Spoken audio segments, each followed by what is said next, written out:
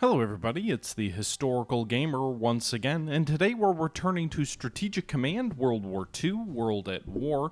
This is episode number 19 in our Allied Let's Play series. It is July of 1941. We are 2 turns into the German invasion of the Soviet Union, and so far the Germans have advanced as far as Minsk. They are threatening to overrun our Dnieper line, but they have not yet really attacked the Dnieper line. They haven't made it through the marshes. They have taken the border fortifications.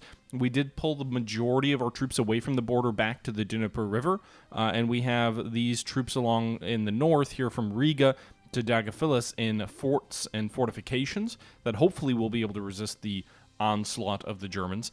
We also have built some fortifications a little bit to the east between Daugavpils and Polotsk. So in the north, we have a strong fortified line, hopefully that is able to resist the Germans. Further south, the Germans have advanced toward Orsha, where we have a large number of body of troops here, hopefully able to defend against the German offensive. And then also in the south, they've taken Kiev, but we've pulled just to the east of the river there in Ukraine, hoping to be able to resist them.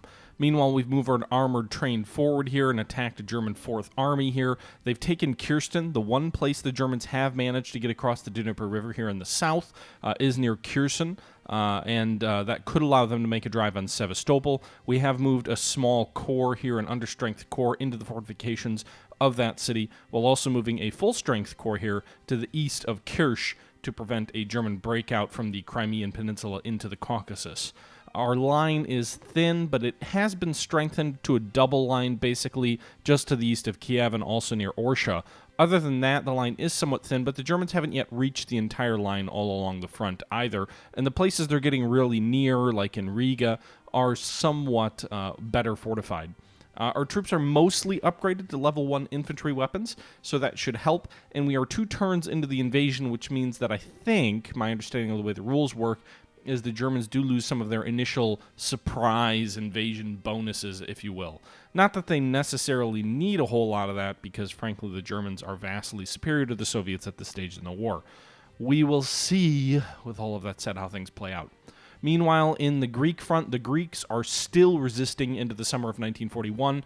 They did just have an army destroyed here to the north of Larisha. We are trying to fall back a little bit closer to Athens.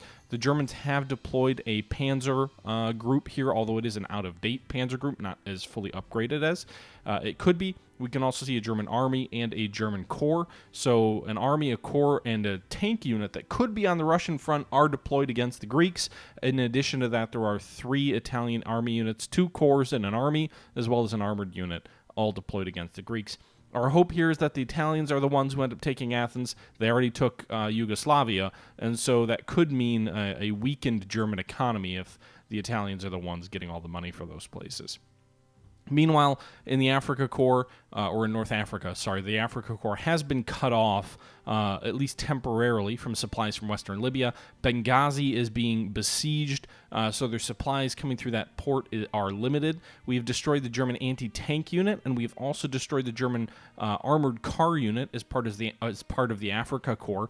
They still do have a half-strength tank unit and a 70% strength army corps, but at least the Afrika Korps has been attrited. Unfortunately, the attacking forces are also attrited, and we don't have a ton of supply ourselves either, so we'll see how things play out there. We are about to bring a new Indian Corps here. The Assam Corps here is also going to be moving through Tobruk to reinforce our troops against the Germans there, but we'll see how this all plays out. Meanwhile, in China, not to give you guys too long of an overview, but in China, the defensive lines remain strong. The north were a little bit weak. We tried some counterattacks last turn that didn't accomplish a whole lot. In the center, the lines are still relatively strong, and in the south, we have been launching counteroffensives and driving toward Fuchao, which has led to some success there, and we also just destroyed another Japanese infantry corps in China. So the Chinese front is going reasonably well for us to this point. And that's where we're at. We're about to move into August of 41. Let's see what happens here as we move forward. The U.S. oil embargo hits Japanese morale, also probably hits the Japanese economy. The Italians are sending an expeditionary force against the Russians, based off that event. Axis raiders are disrupting convoys between the UK and Sudan, Canada, and the US. I probably need to do more anti-submarine patrols. I really haven't done much. U.S. is imposing an oil embargo against Japan. That has a pretty crippling effect on the Japanese economy. I remember when I was playing as Japan, I think I had like a 350 to 400 IP economy. Then when the oil embargo hit, it dropped to 200 over the span of several months. And I never really fully recovered until I took basically all the the Dutch East Asian resource area. Meanwhile, the British are developing spying level 2. UK is developing spying level 2. UK is developing logistics level 2. The Indians are developing spying intelligence level 1. So a lot of spying going on this turn. The Soviet economy is at 517 MPP. 150 of that is coming from the United States and the United Kingdom via convoy routes that have not yet been attacked by the Germans and their submarines, so that's good. That's a lot of MPPs, by the way, for the Soviets, compared to the fact that before war they were at like 100 a turn. The Italians are moving here against the Greeks. It is August 1st of 1941. It is the peak of the summer months. Those are some pretty devastating attacks by the Japanese carriers in support of their troops in northern China. It'll be interesting to see if they attack Pao Tao there, now that they've reduced the garrison or the troops there down to level 2. I would expect that they would. German armor appears to be at Odessa. Meanwhile, some Italian submarines operating here off the coast of North Africa. They could go after our carriers there. Strategic bombers hitting some of our troops here in the south, or tactical bombers, I guess. German bombers here hitting some of our troops across the Dnieper River. I'm guessing they're going to make that attack here just to the south, just southeast of Kiev. Meanwhile, Pao Tao's garrison was destroyed by Japanese air, so I would expect them to move their army in there, although maybe not. It would expose them potentially to being cut off by the troops on either flank of the city. Lots of tactical air occurring here in the south of China as well. German armor moving on Riga. All right, Riga's going to fall. There you go. The mechanized troops in Riga are quickly overwhelmed and destroyed. German armor destroys a Greek garrison to the west of Larissa. Meanwhile, a German army moving here to the west of Vitebsk is attacking some Soviet troops there. They're also trying to cross the Dnieper here in the center of the line.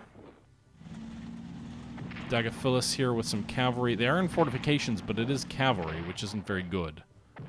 They took some pretty heavy casualties, but they weren't broken through yet anyway. Meanwhile, the attack in Changchao continues, and they do eventually overwhelm Changchao with some Japanese Marines. So this is a pretty big turn, I think. Germans probably just got across the Dnieper River in the center of our line. Meanwhile, they're attacking the garrison at Petroprov. They're also attacking our armored train here, which is fine. I move that forward more as a diversion to German attentions than anything. Okay, that didn't do much, but Riga did fall. We had some destroyers in the port there that are getting attacked. The Greeks are continuing to hold out here at Larissa. Italian army level 11, wow. Germans have crossed the river there, some Hungarian troops attacking. Armor attacking to the east of Kiev.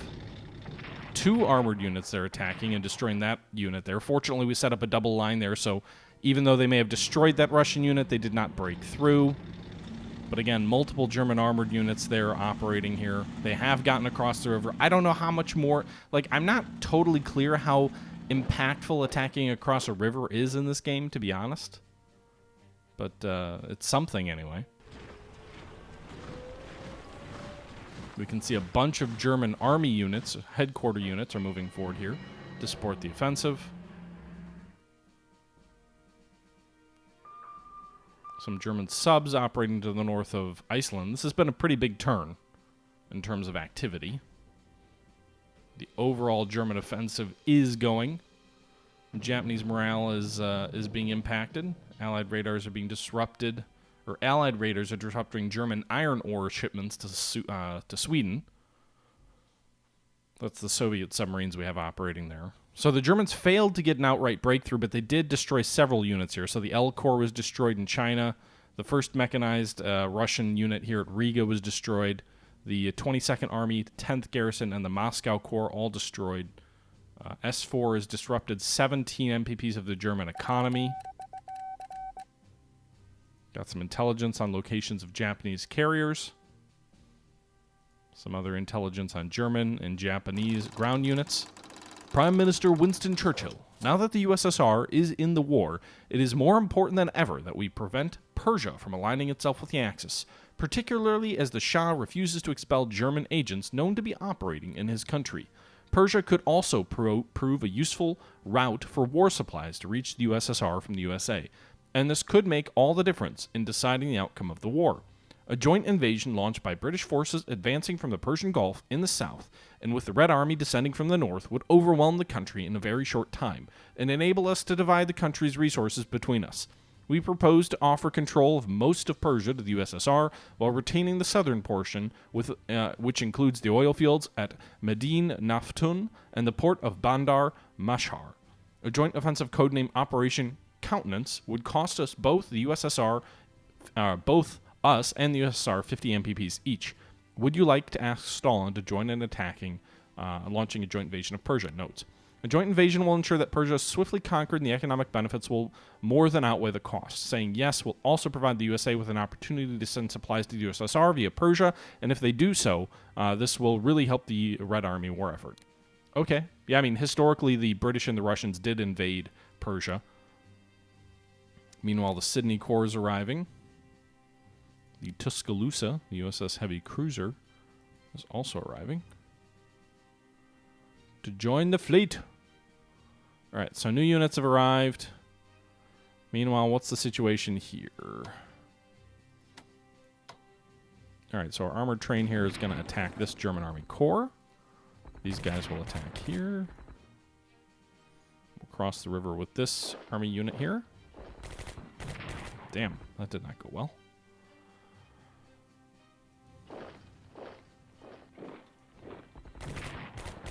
All right, a limited counteroffensive here in the south against this German Army Corps.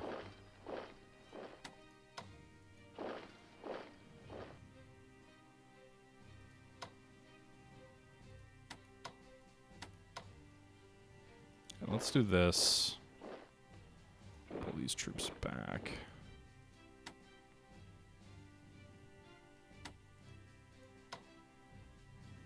Move these troops into Sevastopol. All right. So we've just sort of repositioned our troops near the Crimean Peninsula here in the south. We also used our armored train, which I have no intention to reinforce. It's more of a bullet sponge at this point. So we've kind of shifted some troops around here in the south, just in hopes of preventing a German breakthrough. We're going to reinforce this headquarters unit to full strength. Meanwhile, this German unit here... a limited counteroffensive against various German units in the south.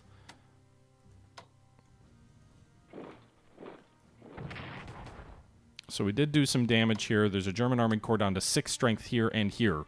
So 2 German Army Corps are below full strength. We'll reinforce these troops here to full strength.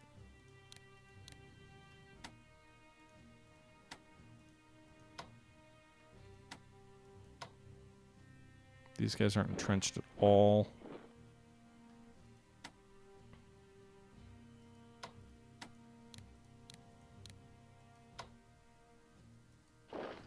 Okay. All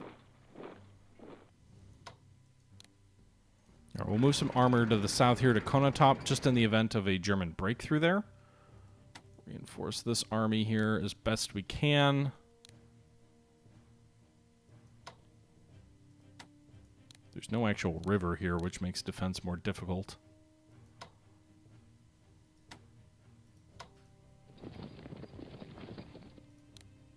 We're going to move those troops in to the fortifications at Dagophilus as we pull the cavalry corps out.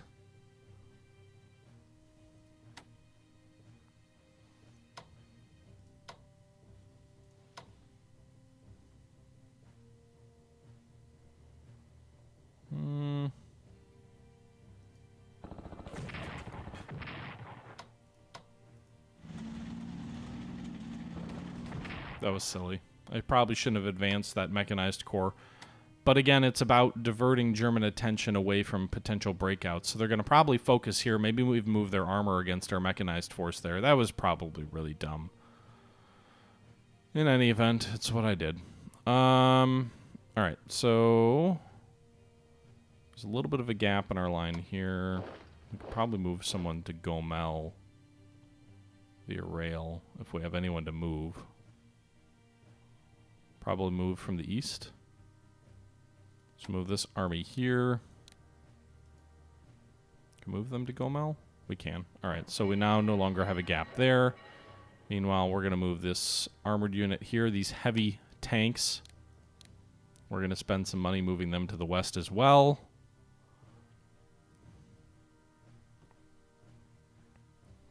I guess to let's move them to the north of Riga. I think there's a possible breakthrough here, so we'll want to close that or limit that as much as we can. And move these cavalry troops as well. Likewise here. So in the event that the Germans do break through at Rommel, we've got multiple reserves here to hold them off for one more turn to get us into September, hopefully without an outright breakthrough. You know, we've got fighters that we're going to move west as well. I'm moving all my Siberian troops away from the Japanese border, so let's hope that the Japanese don't actually attack us anytime soon, because the bulk of my money this turn is spent on reinforcing various positions in the east via operational points being spent moving them. So rather than waiting for the winter, I'm moving my various units now. So I'll move these headquarters units to Smolensk. Shift these guys a little bit further north. So this headquarters should cover this sort of northern portion of the front. The Smolensk headquarters is kind of the center of the front. And then we've got the Kharkov headquarters here in the south. Still not enough headquarter units, but we've got some. Should also move these special forces. I don't know if, like, completely evacuating the eastern front will, or the Japanese front will have any impact on Japanese activities, but let's hope not. That's a lot of reinforcements. Hopefully, if we are broken through, that still allows us to fall back and kind of regain a new defensive front. We'll see. I should have put a fort behind Riga. That's where I really should have spent some of my time. Can we attack these guys with tactical bombers? Probably interceptors are going to ravage these guys, right? Yeah, that was dumb. It's kind of like, well, I'd like to bomb them, but what's the point if they're just going to get shot to pieces? All right, well, that probably does it for the Russian front in any event. Moving on to the Greek front. Not a lot I can do. I can spend some points reinforcing some of these troops. Greece is probably, if not going to fall this turn, they will fall next turn. Meanwhile, the German troops here in the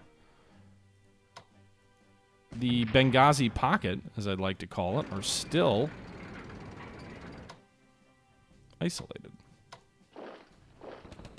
So I'm going to go ahead and try and knock out this German armor.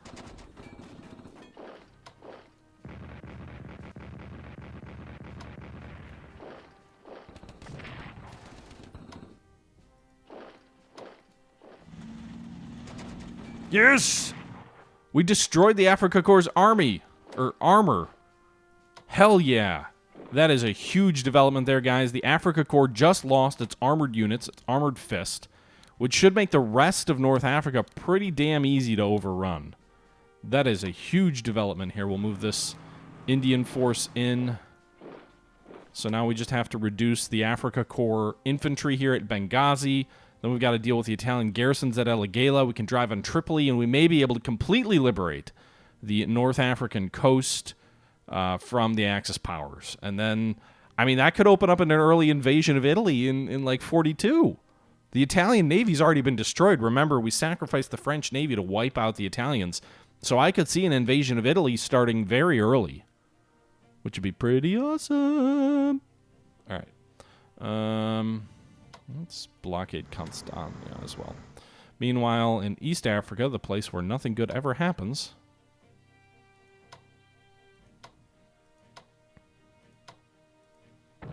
We'll attack Mogadishu.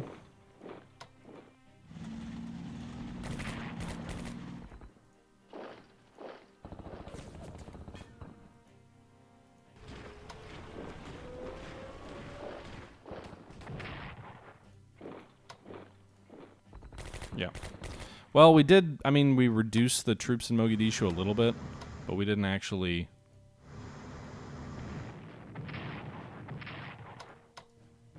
I'll gladly take the casualties on the ships if I can reduce their supply a little bit more quickly. I've got 2 corps and an army all tied up here trying to reduce 2 Italian garrisons in East Africa so we can finally finish the conflict there and get these guys back into action. Ugh. Anyway, that's that.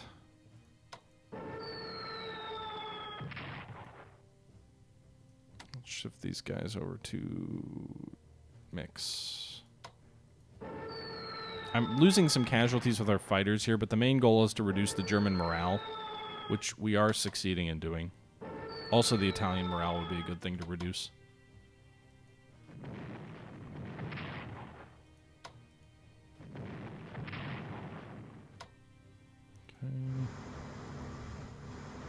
Our destroyers probably should move over here to try and attack these Italian subs and at least drive them off.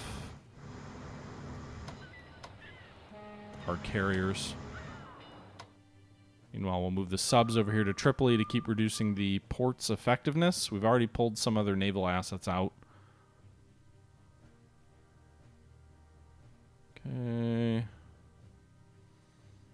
Alright, so that's that. Meanwhile, I don't think there's any reason to send reinforcements from the British Isles to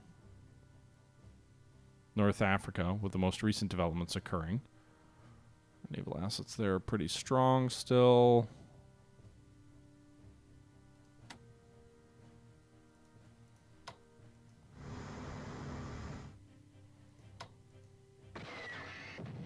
Alright. The goal has to be to drive the German subs off our supply lines, so I guess we'll get to work doing that. We've got enough destroyers, I think, with some capability there. So let's start fighting the Battle of the Atlantic, I suppose. Actually, these guys need to upgrade. They don't have anti-submarine defense, or actually, we don't even have that technology developed yet. Great. Huh. Alright. Russian subs are operating along the Swedish supply line. Let's go ahead and set these guys to raiders. Take some risks here. Oh, there's German destroyers in the Gulf of Finland.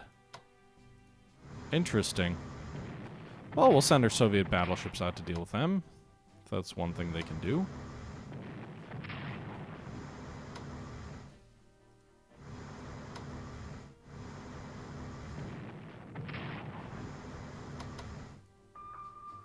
Holy shit, there's a German battleship. Well, the Germans have deployed their capital warships against us, I suppose. That's an interesting tactical disposition. I'm happy to damage the Bismarck and cripple a German destroyer. Anything we can do to hurt the German Navy. I'm 100% behind that. Alright, so the Russian front and the North African front, I think, are done. Let's move to the Chinese front here. So the troops we did lose Pao Tao. However, good news, we can cut them off. Move the headquarters unit south one. Alright, these Japanese troops are surrounded in Pao Tao. So let's hope that we can hold that position. They could attack from 2 directions with an army unit. So we may not be able to hold out there super long. Defensive artillery here. Wow, 3-1 there. I'm happy with that result. Dare to Die Special Forces. Alright, so we just moved Special Forces into Changchao. That may have been rash, but we did it anyway.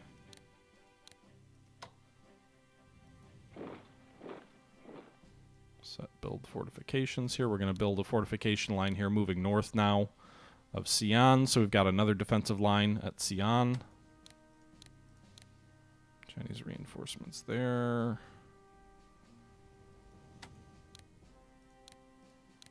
Reinforce these guys to full strength. Reinforcing all the troops we can with the money that we have.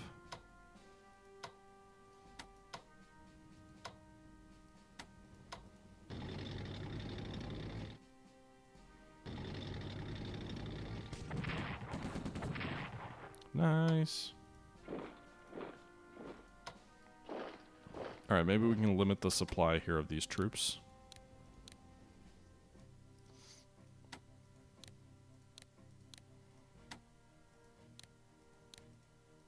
Really, this turn was just focusing on reinforcing the Chinese position, not necessarily improving it vastly, I guess. So we'll see. We cut a Japanese army off in Paotao. The question is whether we can maintain that that hold on them. In the south, we move some troops into Chengchao, which may die in this next turn, but they're at least a diversion. Or sorry, in the center. In the south, we did drive on Fuzhou here in the Japanese rear. If we can take that city from that Japanese garrison, we could destroy another Japanese corps and fully turn the Japanese position out of Nanning and drive on Hangzhou and Shanghai, which would really unseat a lot of the Japanese possessions there. Meanwhile, the turn has come to a close largely, so I think we should do some diplomacy here against the Spanish. It's going to cost 50 MPPs. The Indians do have 2 diplomatic chits. The Spanish are... The Indians can't do diplomacy against Spain, interestingly enough. Only the British can. So I guess we'll do that. We'll invest a diplomatic point there from the British. I guess we'll also invest a Soviet diplomatic point there, too. I really don't want to end up at... Wait, the Soviets can't do Spain either? What?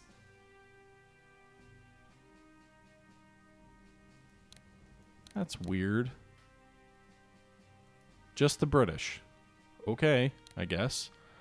The Americans, 240 points here. What are we going to invest in? Those are done. Those are done. Done. Okay, so we have 240 points for the Americans. Command and control is almost done. Level 1. Spying and intelligence is already level 2.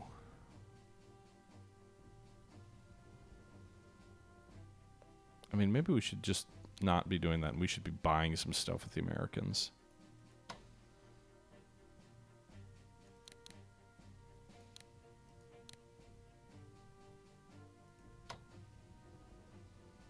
I can't really afford to upgrade them, but I guess I can buy a mechanized unit for the Americans. So maybe we're a little bit more ready when war comes. For the Indians, we can purchase a corps, so we'll do that. Give us a little bit more strength. And I think that's going to do it for this turn. So a good turn in North Africa with the destruction of the German Armored Corps. I did forget there is an Artillery Afrika Korps unit as well. But the Germans have now lost their Recon Armored Car unit. They've lost their Armored Tank unit. And they've lost their Anti-Tank unit. The Afrika Korps only has a Infantry Corps and an Artillery unit left. And unless the Germans are going to mount some pretty risky maneuvers, sending troops across the seas where the British dominate the Mediterranean, it seems unlikely the Afrika Korps will get much support. Benghazi and Tripoli hopefully will be taken, and then maybe we can launch an invasion of Sicily or even Italy in 1942 sometime. And that could be way ahead of schedule. Meanwhile, on the Russian front, there was a lot of action. There were a lot of casualties. But at the end of the day, we held the majority of the important positions. A couple of units were destroyed. They did get a couple of beachheads, or bridgeheads. But the line is not yet breached, and we still have reinforcements or reserves in the areas that are at most at risk. We have a few sort of decoys out front of our lines that hopefully will lead up some of the German attacks, some of the German focus, be it the armored tank or armored car unit down here, be it the mechanized unit over here, or the heavy tanks ready to counterattack. But we'll see how that all plays out in our next video. Until next time, however, guys, I hope you are enjoying the series, and this is the Historical Gamer saying once more, thank you for watching, and until next time, I'm out.